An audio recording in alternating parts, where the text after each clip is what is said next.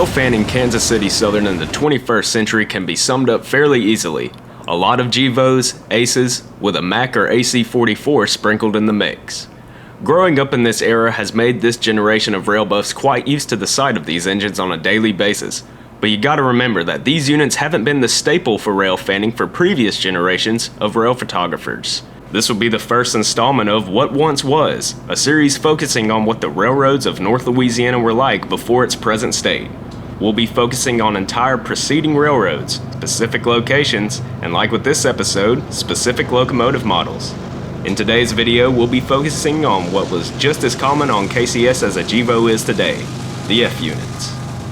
The F unit locomotive is often viewed as the most popular or at least recognizable diesel locomotive in North American railroading.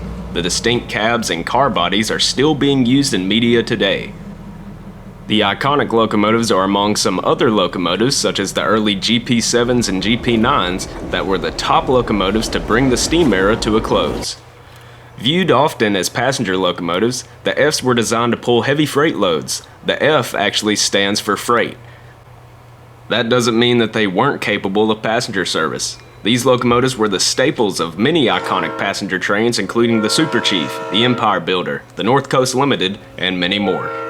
With countless railroads seeing the success of the various F unit models, the locomotives would be produced by the thousands, and Kansas City Southern would have its fair share of F3s and F7s. So when we think of KCS and F units in the same thought, we automatically think of their business train led by FP9s number 1, 2, and 3. Though these weren't originally built for KCS. Instead, they were of Canadian national heritage like many of the preserved F units you see today. KCS actually owned a total of 79 of different F units for passenger and freight service. This includes both A and B units.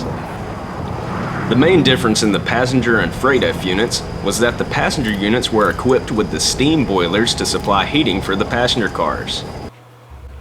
While originally the F3s were painted in the reverse Southern Belle freight scheme, they'd later be painted into Duramus red, and then later into the white ghost scheme. Only one B unit would make it to the gray ghost paint scheme, and it was converted to a slug.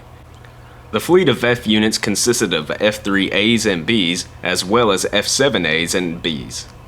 A select few of the F7s that weren't sold off or scrapped were actually rebuilt into F9AMs.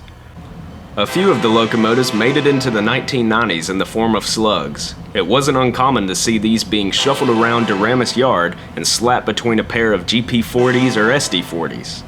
Today, a few of these units survive. The most well known is KCS 73D, which sits on static display in the town of Decatur, Arkansas. There's also another surviving in the possession of the Tennessee Valley Railroad Museum.